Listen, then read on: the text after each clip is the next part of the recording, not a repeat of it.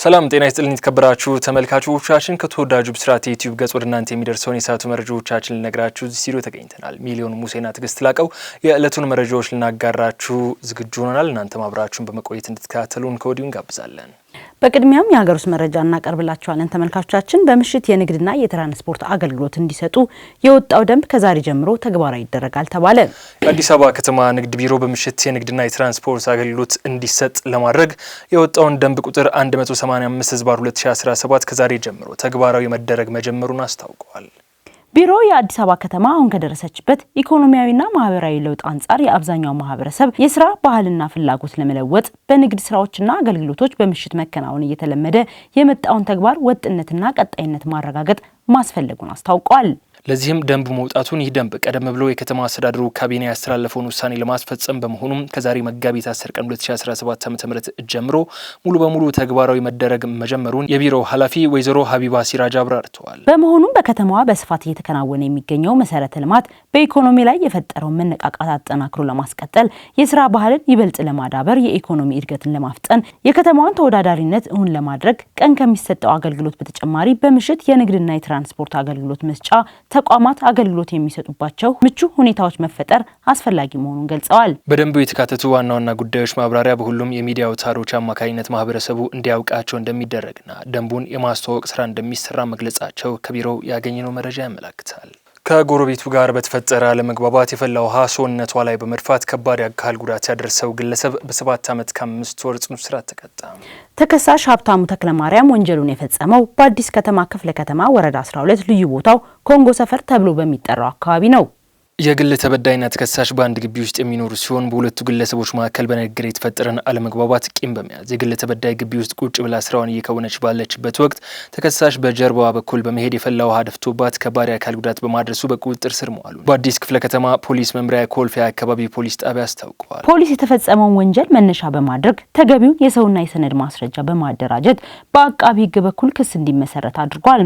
የወንጀል ምርመራ መዝገቡ ሲከታተል የቆየው የፌዴራል የመጀመሪያ ደረጃ ፍርድ ቤት አዲስ ከተማ ምድብ ፈጣን ችሎት የካቲት 25 ቀን 2017 ዓ.ም በዋለው ችሎት ተከሳሽ ሀብታሙ ተክለማርያም በ7 ዓመት ከ5 ወር ጽኑ እስራት እንዲቀጣ ውሳኔ አስተላልፎበታል። የግል ተበዳይ በተፈጸመባት ወንጀል ለከባድ አካል ጉዳት መዳረጓን ገልጻ ተከሳሽ በሕግ ፊት ቀርቦ ተገቢውን እርምጃና ቅጣት የተላለፈበት መሆኑ እንዳስደስታት ገልጻለች። በሴቶችና ህጻናት ላይ የሚፈጸሙ ማንኛውም ጥቃቶች አስቀድሞ መከላከል ሆነ ተፈጽሞ ሲገኝ አስፈላጊውን መረጃ ለሚመለከቱ አካል በመስጠት በኩልም ሁሉም ዜጋ ኃላፊነቱን እንዲወጣ የአዲስ አበባ ፖሊስ ጥሪውን አቅርበዋል። ተመልካቾቻችን ወደ እናንተ የሚቀርበው የዩቲዩብ መረጃዎቻችን አሁንም እንደቀጠሉ ናቸው። አሁን ደግሞ ከባህር ማዶ ወደ ያዝናቸው መረጃዎች እናመራለን። የኢስታንቡል ከንቲባና የኤርዶጋን ተቀናቃኝ ኤክሪም ኢማሞግሉ በቁጥጥር ስር ዋሉ። የኢስታንቡሉ ከንቲባና ለፕሬዝዳንታዊ እጩነት ሊመረጡ ጥቂት ቀናት ሲቀሯቸው በሙስና ክስ ተጠርጥረው በቁጥጥር ስር መዋላቸው ተዘግቧል። ኤክሪም ኢማሞግሉ የሪፐብሊካን ፒፕልስ ፓርቲ በመወከል በመጪው ፕሬዝዳንታዊ ምርጫ ከቱርክ ፕሬዝዳንት ሬሲፕ ጣይብ ኤርዶጋን ጋር ጠንካራ የፖለቲካ ተቀናቃኞች መካከል አንዱ ይሆናል ተብሎ ተጠብቆ ነበር። ከንቲባው በአቃቢ ሕግ የወንጀለኛ ድርጅት መሪ ተጠርጣሪ በሚል ክስ ተመስርቶባቸዋል። ከከንቲባው በተጨማሪ ሌሎች ፖለቲከኞች፣ ጋዜጠኞችና ነጋዴዎችን ጨምሮ በመቶዎች የሚቆጠሩ ተጠርጣሪዎችም ታስረዋል። ኢማሞግሉ የህዝቡን ፍላጎት ዝም ማሰኘት አይቻልም ብለዋል። በከተማዋ ለ4 ቀናት የሚቆይ ስብሰባ፣ የሰላማዊ ሰልፍና ጋዜጣዊ መግለጫዎች መከልከላቸውንም የመንግስት ሚዲያዎች ዘግበዋል። ከንቲባው በእርሳቸው ላይ የተሰነዘረውን ወንጀላ ተከትለው ወደ ማህበራዊ ድረገጾች በመቅረብ ለቱርክ ህዝብና በዓለም አቀፍ ደረጃ ዲሞክራሲና ፍትህን ለሚጠብቁ ሁሉ በቆራጥነት ለመቆም ቃል ገብተዋል።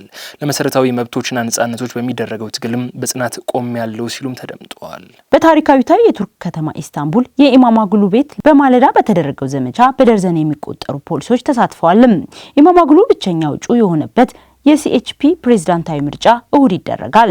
እስሩ የመጣውም ታዲያ ይህ የኢስታንቡል ዩኒቨርሲቲ የከንቲባዋን ዲግሪ ከሰረዘ ከአንድ ቀን በኋላ ሲሆን በፕሬዝዳንታዊ ምርጫ እንዳይወዳደሩም አግዷቸዋል።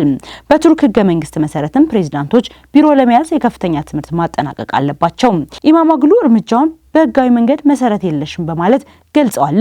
ዩኒቨርሲቲው ከፖለቲካ ጣልቃ ገብነት ነጻ ሆነውና እውቀትን መስጠት አለባቸው ሲሉም አክለዋል። ጉግል የዘር መድሎ ፈጽሟል በሚል በተመሰረተበት ክስ 28 ሚሊዮን ዶላር ለመክፈል ተስማማ። ጉግል ለነጭና ለኢሳያውያን ሰራተኞቹ ከሌላ ጎሳ ከተውጣጡ ሰራተኞቹ የተሻለ ክፍያና የስራ ዕድል ይሰጣቸዋል በሚል የቀረበበትን ክስ ለመፍታት 28 ሚሊዮን ዶላር ለመክፈል ተስማምቷል ሲል የይግባኝ ጥያቄ አቅራቢዎች አስታውቀዋል።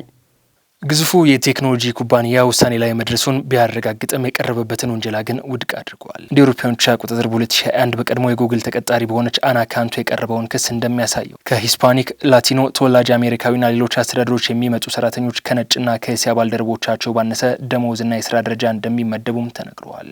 ይህ ጉግል የደረሰበት የክፍያ ስምምነት በካሊፎርኒያ የሳንታ ክላራ ካውንቲ ከፍተኛ ፍርድ ቤት ዳኛ ቻርልስ አዳምስ የመጀመሪያ ይሁንታ ተሰጥቶታል። ወይዘሮ ካንቱ በጉግል ላይ ያቀረቡትን ክስ ሾልኮ በወጣው የውስጥ ሰነድ ላይ የተመሰረተ ሲሆን ይህም ከአንዳንድ ብሔር ተወላጆች ለመጡ ሰራተኞች ለተመሳሳይ ስራ ዝቅተኛ ክፍያ እንደሚከፈላቸው ያሳያል ተብሏል። የመነሻ ክፍያና የስራ ደረጃ በቅድመ ደሞዝ ላይ የመመስረት ልምድ ታሪካዊ ዘርን መሰረት ያደረጉ ልዩነቶችን ያሳያሉ ሲሉ የወይዘሮ ካንቱ ጠበቆችም ተናግረዋል። ከጠበቃቸው መካከል አንዷ ካቲ ኮብል የተለያዩና አጋር ጉግል ሰራተኞች ደሞዛቸውን በራሳቸው ሪፖርት ያደረጉና ያንን መረጃ ለመገናኛ ብዙሃን ያወጡትን ጀግንነትም አድንቀዋል። ከተወዳጁ ብስራት የዩቲዩብ ገጽ ወደ እናንተ ሲደርሱ የነበሩ መረጃዎቻችን እነዚህ እስካሁን ስትከታተሏቸው የቆያችሁትን ይመስሉ ነበር። ሚሊዮን ሙሴና ትዕግስት ላቀው ደግሞ መረጃዎቹን አጋራናችሁ። ሰላም።